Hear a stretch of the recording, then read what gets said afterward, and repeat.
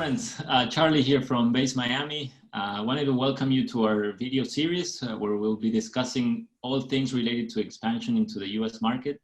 And today we'll be having a chat with Neto Almanza, owner of VideoWorks, director, producer, and visual coach.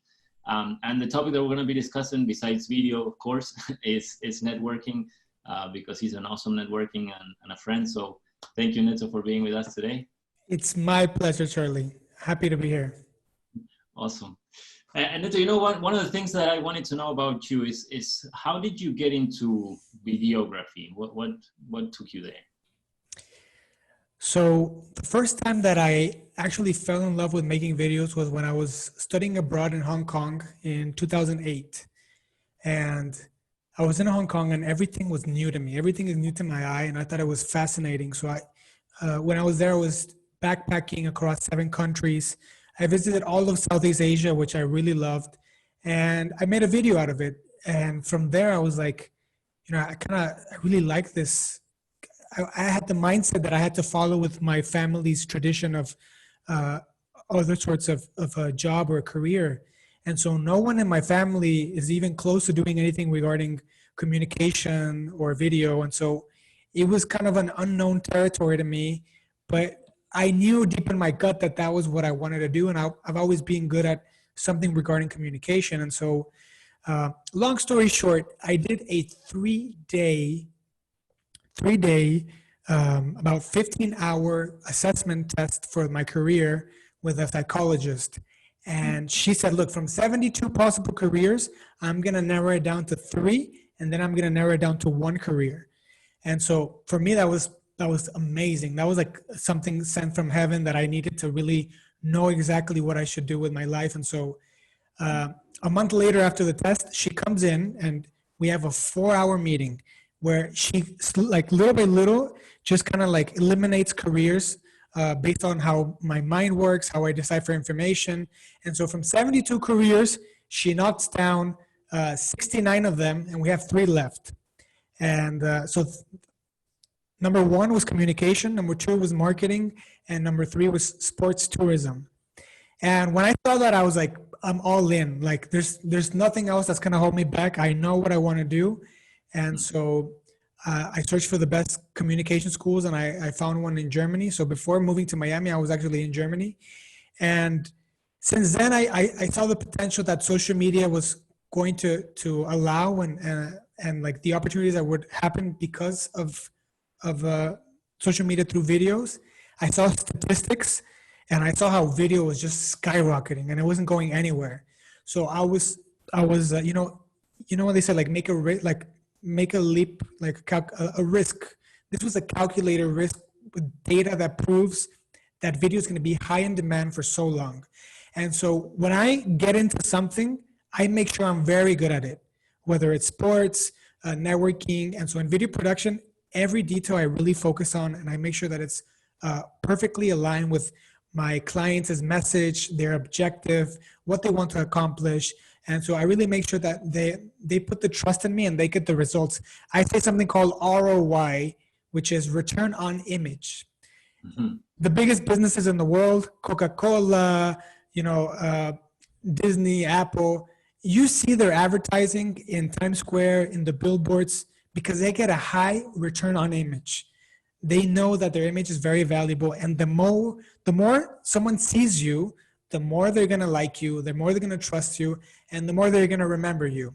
So that's why I always make sure that they get a good return on an image. And so that's kind of how I got into here. And I chose Miami specifically because for me, it was either Mexico City or Miami because Spanish is my first language. Mm-hmm. I always like living in a community where the majority of the people speak Spanish. I think that it's a different energy, it's a different life. And I was craving that because I lived in Texas for a while where it wasn't that many Hispanics. I mean, there were some, but living here in Miami, I found paradise in terms of life, work, because there's not a lot of competition and there's a lot of demand for video production. Mm-hmm. And at any point, did you think about working for a video production company, or since the beginning you were like, no, I'm doing this on my own? And what were the challenges of setting up, a business on your own? So I grew up in a family that is very entrepreneur, and so I knew that eventually I had to.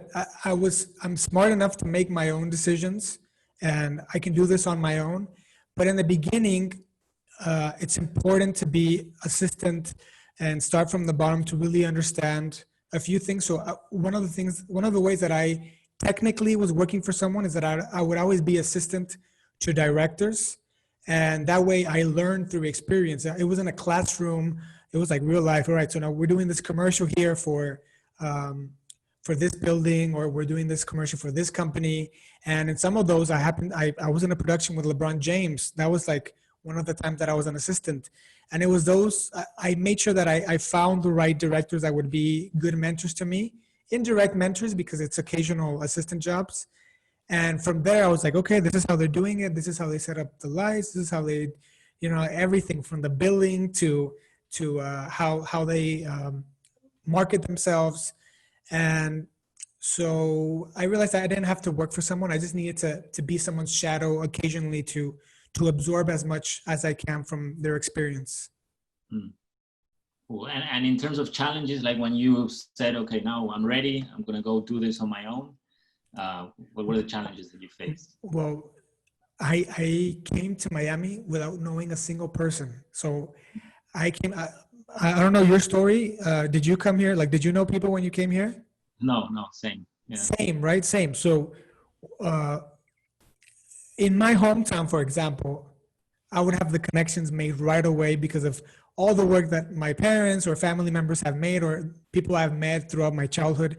But here it was zero. So what I got in the beginning was a lot of rejection. But it was rejection because they didn't know who I was and what I had to offer.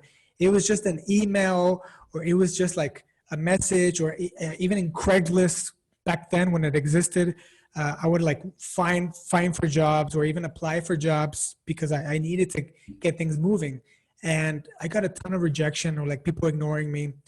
But I noticed that I started getting opportunities when people would see my face, they see what I was doing, they see who I was. And that started when I joined a course called BizHack. Are you familiar with BizHack? Yeah. With Dan Gretsch? You can share what it is about so the rest of the audience can know. Sure. So BizHack it's like a 2-month accelerated social media marketing course that teaches you everything about how to make a Facebook ad, Google ad, Instagram ad. And they show you like basically all the trends and data and interesting strategies to get positive results on marketing. And it has been so beneficial for me in so many ways, not only for the marketing purposes, but on the personal level, is that I made a lot of connections there. Like about last month, I got a job from someone who I met in the course that was 5 years ago last month. And one of my first clients and clients I've had for a long time was also in that course. So when I joined that course, it was a big eye opener for me that people have to meet me in person. I have to really be out there and not just sending emails and messages.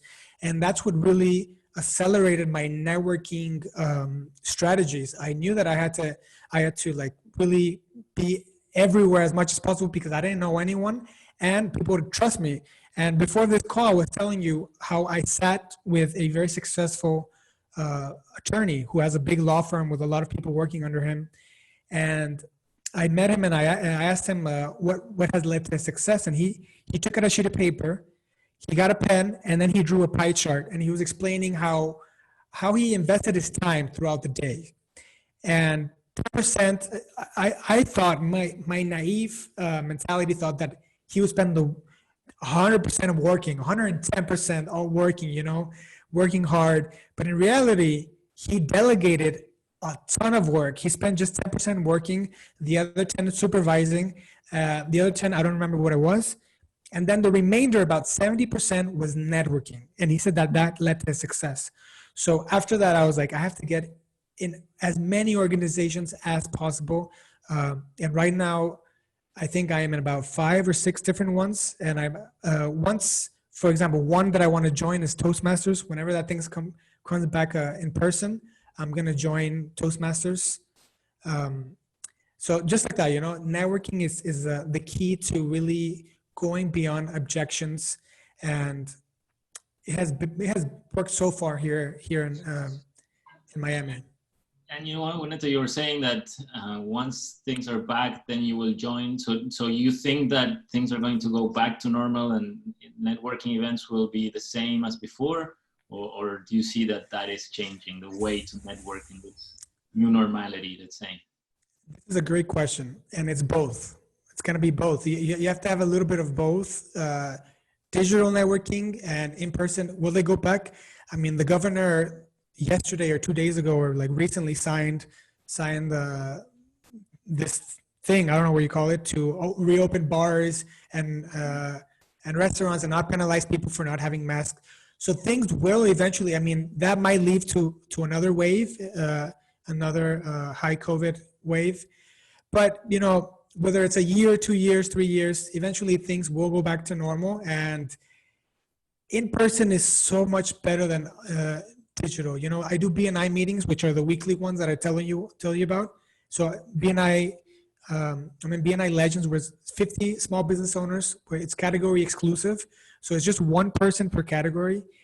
And, you know, meeting online is like, it's a little bit like a letdown, because when we were in person, it was so high energy, even though meetings were at 7 a.m. and I'm a late riser. I get up like at 10 a.m. So whenever I get up like 9:30 or 10, because I go to sleep like at 3, I like to edit and work late at night. I get tons of emails and messages. So waking up at 6:30 a.m. to like be virtually meeting with people who are like checking their emails or not engaging, it's not the same. It really is not the same. And even the results, like the business that I have gotten from them has decreased. So yeah, I really hope to get back in person and meet people in person, because that's how people really can get to know you a little bit better. Mm-hmm. And you know, it's funny because I mean, I am a true believer of networking and in person and being there, as you said, the energy of being face to face with somebody, you kind of connect from a different, in a different way. Actually, well, that's how we met also, you know, at CIC, just kind of walking and, hey, what do you do? How, and you start building relationships with people like that. And that's how I grew my network also in Miami. It was all in-person meetings. So now it's been challenging in terms of, okay, how do we keep networking? And I do think that it's not the same, but digital is the best second, let's say. And today I think it's getting a more prominent or yeah, mainstream. Charlie, imagine when we go virtual. Imagine when virtual is like a new normal. You know how Zoom right now is like the new normal? Yeah. It wasn't last year, but right now is the new normal. Yeah. If virtual reality or augmented reality, I think for networking, it would be virtual. If it takes off the way like we've expected in the future to take off, that's gonna be a different story. Yeah, and you know what? It's happening now where, I don't know, I mean, in the last 6 months since COVID, there's a bunch of platforms that came up with really cool ways of like replicating those live networking events, but online, so that you have breakout rooms and you can have, one-on-ones. It's still, though, I mean, I think that nothing compares to sitting with somebody eye to eye and having that connection that it's tough to get online. But and I wanted to talk about this because it's I think that today video as content and even yourself as a creator of your own videos and putting yourself out there is key even in networking and in online networking. I'm seeing a myriad of LinkedIn messages that are personalized video messages, or you get an email from somebody soliciting something and there's a video there. And I think it's that attempt to create a personal and a personality behind an email and behind a LinkedIn approach, saying, hey, look, I'm a real person. This is who I am. And that's what I'm encouraging all our entrepreneurs and the companies that we work with, that start building engaging video content. And I'm saying this, and we talked about this before, where I don't have a nice background, I don't have a light, so I have to do an upgrade myself. But if you want to tell us about that, about how important video is, and you know, how to start doing those videos if you are an entrepreneur that is trying to network in the Miami ecosystem. Sure. So going back to the return on image that I was telling you about, people, whether you like it or not, you are judged.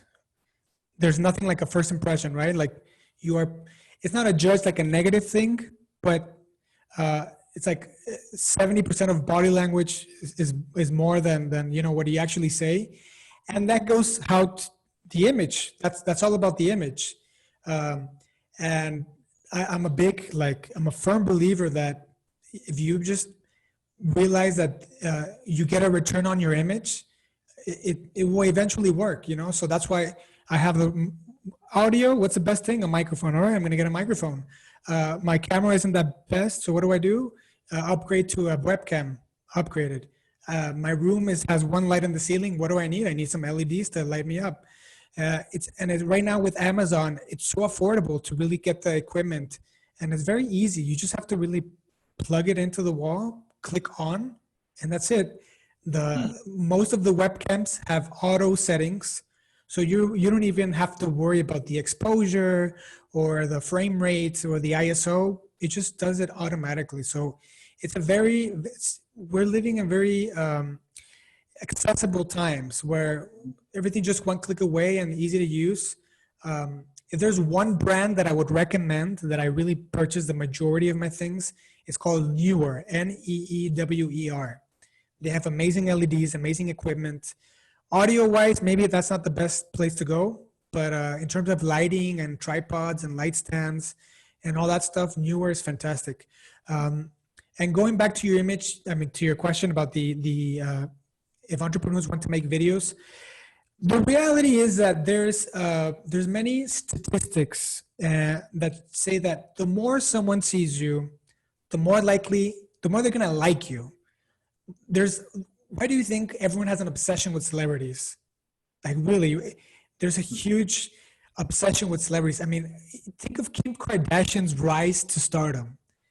It was because she would be spoken about on E! News. When you go to the supermarket, all her life and her magazine, like she would be in every single magazine, even though she hasn't done anything for humanity, anything in general. She just became famous. And so now when people see her, oh my God, it's Kim Kardashian, because people have seen her a lot. You know, it's the more someone sees you, the more they're going to like you, the more they're going to find you attractive. That's one of the best things. The more someone sees you, the more attractive they think you'll be. And so if you are a business owner, the more someone sees that you're going to solve their problem, the more likely they're going to think of you when that problem arises. And so this is one of the biggest things that business owners and businesses have to focus on, is that when you are creating content, yeah, you can show off every once in a while that you have a cool car and like the lifestyle, because people like that, you know, people like to see those kind of things. But in reality is, what problem are you solving for the people, especially depending on the platform, right? Because LinkedIn audience is way different than Instagram. So what problem are you solving? And try to say it like if you're having a conversation with them. So speak in their tone. A lot of politicians, when they go to different states to like really do those speeches in the campaign rallies, if they're in New York, they talk very different to the people who are in Texas. Why? Because they try to speak to them and seem relative to them. It's the same for businesses. And so going back to my point about solving a problem, there's 7 pillars to create content. One is very simple, which is document your life, document your speaking engagements. For example, this is a speaking engagement. I'm going to use this for content. 2 is a vlog. So it's like kind of summarizing your day and showing what you were up to, showing what you were doing. You can do this by yourself, holding a camera if you want. 3 is to educate. So educate content on things that people might want to learn a little bit more about. 4 is interview series. This is basically an interview series, but usually, you know, like a podcast. This is a podcast, like having people over and talking to them, having coffee. You know, there's an architect famous here in Miami called Kobe Karp. And so I did some videos for him, and we created a segment called Coffee with Kobe. That instead of saying an interview with this person, it was just Coffee with Kobe. And I was thinking one for you. I was thinking maybe the chatting with Charlie. I don't know, something with a CH. Yeah, like that. Yeah. Another way is written content. You know, you can write written content, although people just don't like to read nowadays. Some people love reading books, which is great. But, you know, speaking of the general population, we've become very lazy visually. We don't want to decipher what words are like saying in a book and like reading. We just want to like entertain and see and just get it real quick. And then the other one is so I said interview, Q&A, podcast, written content, vlog, speaking engagements, and topic deep dives. Topic deep dives is a little bit longer video where you would speak about one thing in particular and just like really go at it with that one. And so these are ways that you can create content for yourself. There's no right or wrong answer. There's no rules. There's just guidelines. And one of the things that there's a book I read that I really like. It's called Steal Like an Artist. And it doesn't necessarily mean like plagiarize or copy, but it's just like absorb what people are doing here. Maybe someone else is doing there. Maybe someone else is doing something over there, and mesh it together and create your own spice. Do your own thing. But see what else people are doing. One of the people that I follow a lot is Gary Vaynerchuk. I've been fortunate to have met him twice. They even offered me, one of the people in his team offered me an internship position, but I couldn't accept it because I couldn't accept an internship position. I was about to propose like the next year. I had to move to New York City. So as much as I would like to have had that job maybe in my early 20s, at this stage in my life, I just couldn't accept. But it was nice knowing that someone the one person who I admire and is my role model for stealing like an artist with what he's doing, they offer me some sort of position. So yeah, just follow people, whoever the algorithms on the social platforms know who you like. So it's made so that you keep getting the same person whenever they post something. Before, you know, if you remember the early days of Instagram and Facebook, it was like whoever posts like right now is going to appear on everyone's newsfeed. But then they created the algorithm that it was not about who came first, but it was about who was relevant to you. And so if you browse through your LinkedIn, Instagram, Facebook, people who are appearing to you is going to be people that you really like to see. And if you see the word sponsored next to the person's name, it means that the algorithm thought that you were the audience that another business wanted to sell something to you. So when you're browsing, make sure if you see sponsored, it's like every fourth or fifth post, a sponsored is who the algorithm thinks that you're likely going to buy for this company, or who you were part of their target audience. Yeah, it reminds me of I don't know if you've seen The Social Dilemma, the new Netflix show. Exactly. When there's like the three guys who are like clicking on the buttons. Yeah, that's exactly it. The Social Dilemma is it's a very great documentary. The Great Hack is another one. That one more about politics, but The Social Dilemma, it came out like 2 weeks ago, 1 week ago? Yeah, more or less, yeah. Something like that. Yeah, it's great.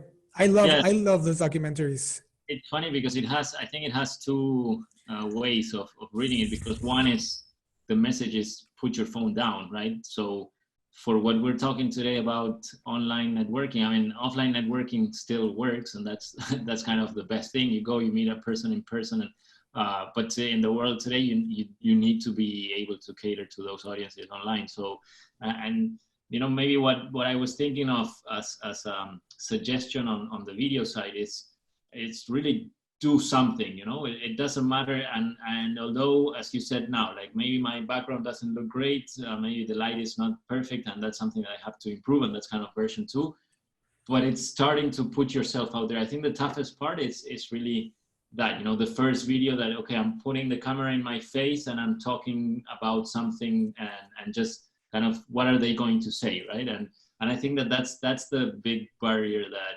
entrepreneurs have to jump. It's just do it, you know, and put it out there.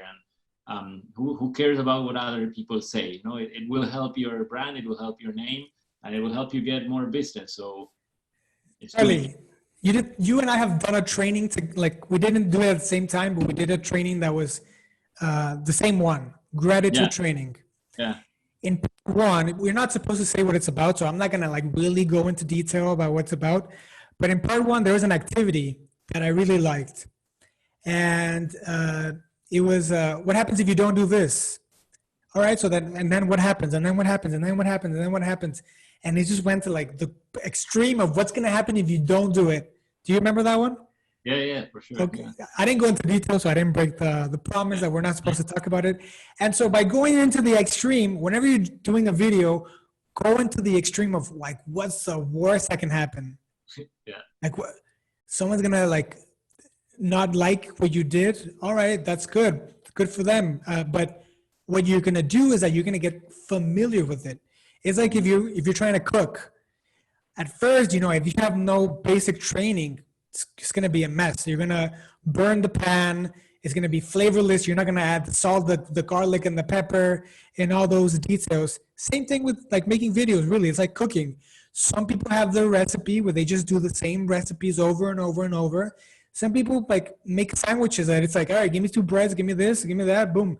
I can make it a peanut butter and jelly sandwich, or I can make a tuna sandwich. But they have the same, like, just they do quick and fast. Mm-hmm. Because it's my profession, I always make sure I make good videos. So I spend a good time producing it, editing it. I have a high level of standard of making something that's well produced that takes me a long time. But because I want to make sure that when people see it, that's kind of like the marketing that I do for myself, which it is, and it's working. The person that I met at the business Tony Robbins business training, we connected there. But what really he really decided to make videos with me was because he saw my content. He was like, that's when I was seeing you all over the place, I was like, all right, I'm gonna give this guy a shot. So networking is one thing, because you're planting seeds. You're literally planting seeds in people. If you're very salesy, people smell it right away, and they're gonna avoid you, or like do the let me talk to someone over here. I'll be right back. You know that move, like I gotta get this call, and they just like they try to like get away as much as possible or as soon as possible, because people can smell that you're trying to sell them and you're desperate. Like that it's in BNI we call it something called giver's gain, which is you give and give and give and give, and then eventually you're gonna gain something. But if you're just wanting to gain off of people when you first meet them, they're immediately gonna get rejected. It's like when you are trying to court someone, you don't immediately ask them for a date or like, hey, let's have the most romantic dinner and we'll have it tomorrow morning at 7. No, you take your time. All right, nice to meet you. All right. They see that you're someone that they can trust, that you're someone easygoing.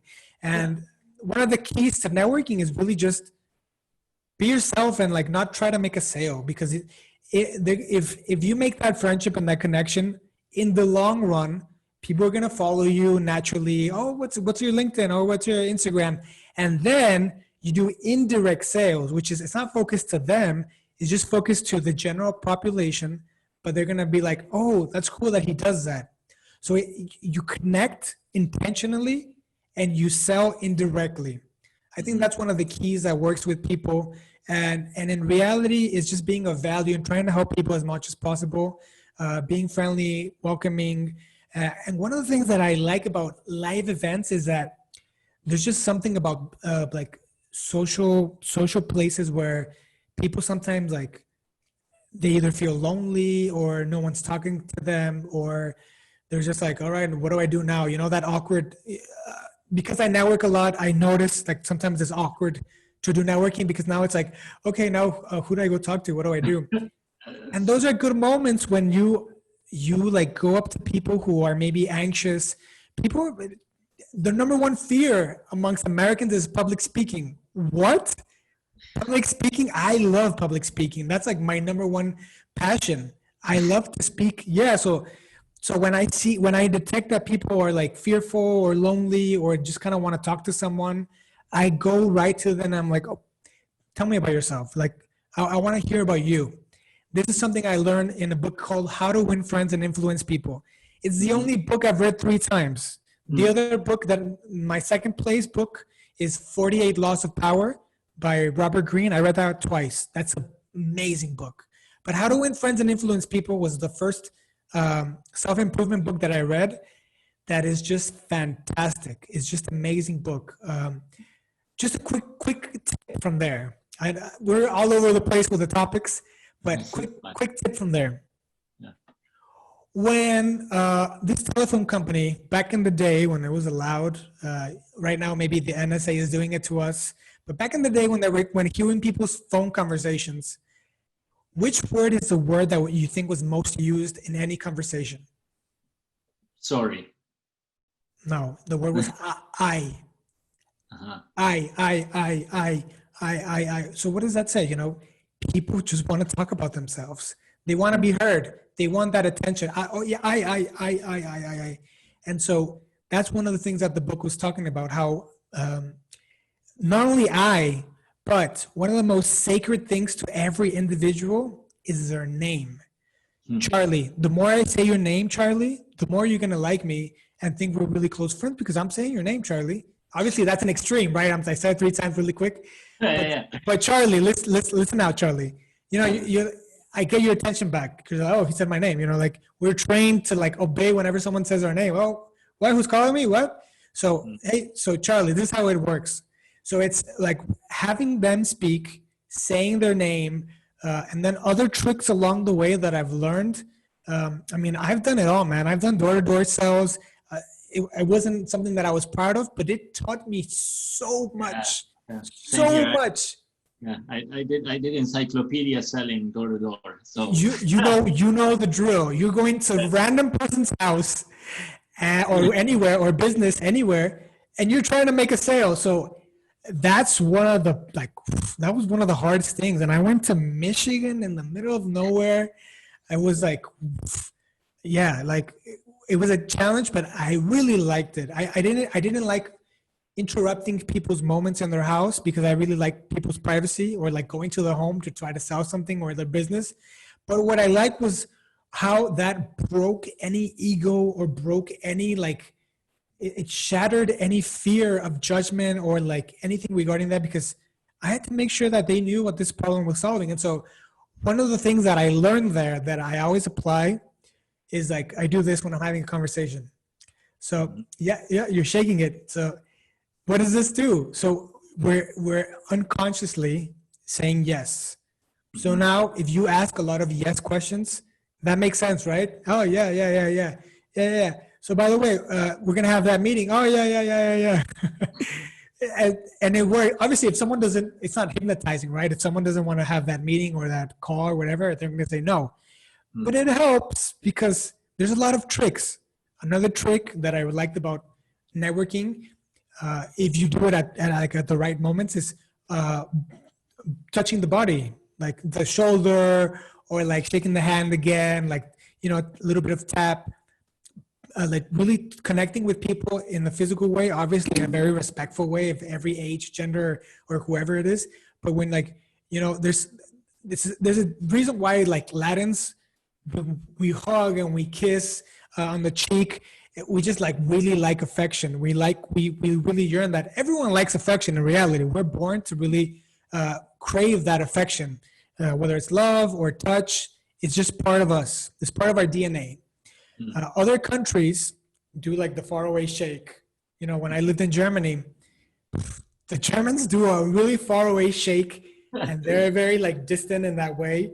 And so coming back from Germany to Miami, just like seeing how everyone here is like touching all the time, it's great. I mean, the French, like they kiss 3 times sometimes. It's like a little bit too much, right? But you know, connecting with people makes like touching with them makes you closer. So that's one way to like really connect with the people. But at the same time, kind of like that recipe that I told you, like, hey, you add a little bit of pepper, it's a touching.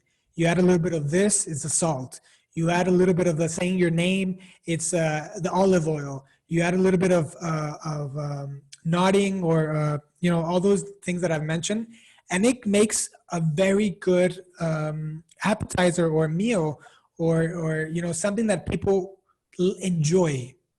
And if you don't do this stuff, it's like you got something from the microwave and you stuff it in there. It's tasteless, it's boring, people don't want to have it, and they're going to look for something that's a little bit more fulfilling. So all those details add up and make a big difference in connecting with people. And that's how people trust you, because they say, oh, yeah, I feel very familiar with this person. There's something there, like I've known the person for a long time. And so that opens doors. The other way, just doing the microwave, I don't know. I made this analogy right now with the food. I have never thought about it this way, but for some reason, having this conversation, it's like food, The other way, it's like if you go to the 7-Eleven at night and they just open the window, like, what's up? What do you want? Yeah, okay. And they just close it. But when you do all the right things to connect with people, having a good intention, not being salesy, smiling is crucial. People are going to be like, yeah, okay, yeah. Oh, join here. I want to see you again. Why don't we have coffee some other time? And then the magical thing about networking is that you didn't just open that door. That person is going to open their doors to whoever they may want to refer, or they know, or they can think about. So this is like an infinite door opening dimension where the more you create trust in people, the more they're going to open their doors to the people they know and they trust.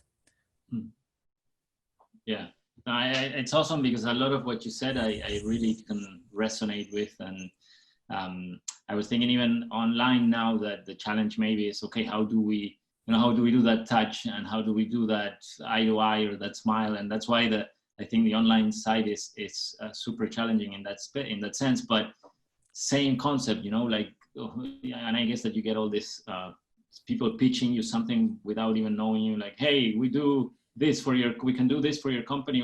Well, I don't know you. So I think that it's building those relationships even online, when you start just like connecting, sharing content, sharing something that the other person could find interesting.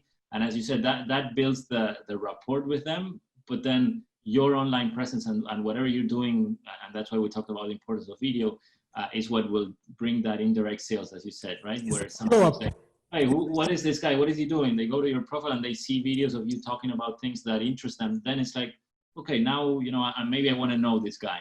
It's the follow-up. It's that follow-up email, that follow-up message, but it's a follow-up indirect message. And that's even more appealing, because you're not like following up intentionally to them, like, hey, please respond to this that I'm saying. It's just like, hey, I'm doing my thing. And by the way, I do this, but not to them, just to the general people. So it's that follow-up. It's a perfect way to follow up. And it's just not one follow-up. If you post twice a week for a month, it's 14 follow-ups, depending if the algorithm is showing it to them. If you post every day, it's 31 follow-ups a month. So you can never get tired of it, because it's not direct to you. It's an indirect follow-up. Perfect. So it goes hand in hand. And hey, Charlie, are you hanging up on me? No, kind of. No. I was just going to say that I had never thought about networking and doing a follow-up with video as a strategy for conversions. But this conversation has made me realize that it's a perfect way to do an indirect follow-up. So I got a very good insight. Yeah, we're using that with our clients as well, where they make personalized videos to connect with their prospects or with people that they've met before. So yeah, works. I was gonna say that I really enjoyed the talk, man. Like, it's been I felt like I was talking to a friend, but also somebody that knows a lot about networking and video, which are, I think, two key things for any entrepreneur to be successful in their US market entry. That is what we try to help them with. But in general, any entrepreneur that wants to make their business work, they have to make their video work, right? There you go. So no, thanks a lot for your time and for being here with us. And yeah, we're looking forward to keep chatting with you. I know that you'll also support us with the immersion week that we're preparing. So happy to have you as part of the mentors on the video and networking side for us. Thank you, man. Thank you. I appreciate it. And please put tag me so that we can connect with other people on LinkedIn. And you can put my website in case people want to see some of my work, which is www.videoworks.miami.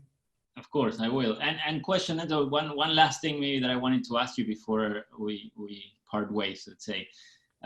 If you had to give one advice to a foreign entrepreneur, we work with a lot of Latin entrepreneurs that are coming to Miami to set up shop. What would be your number one advice? That's a great question that no one has ever asked me. So let me think about this real quick. You can. You can choose 3 if you want, so it's not so much pressure that it has to be just one. Okay. Well, the number one thing that I would recommend to everyone is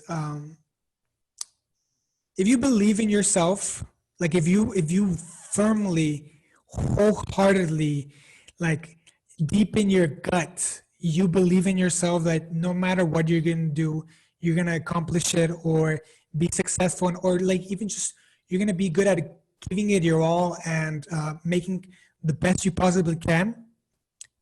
Video is documenting your life, and along the journey, you're going to accomplish more and more and more things, and you're going to have something to look at back in 30, 40, or even 50 years that you're going to see how you made all of it happen, and it's going to document your way. So even if you don't do it just to make a sale, do it to document your professional career through video.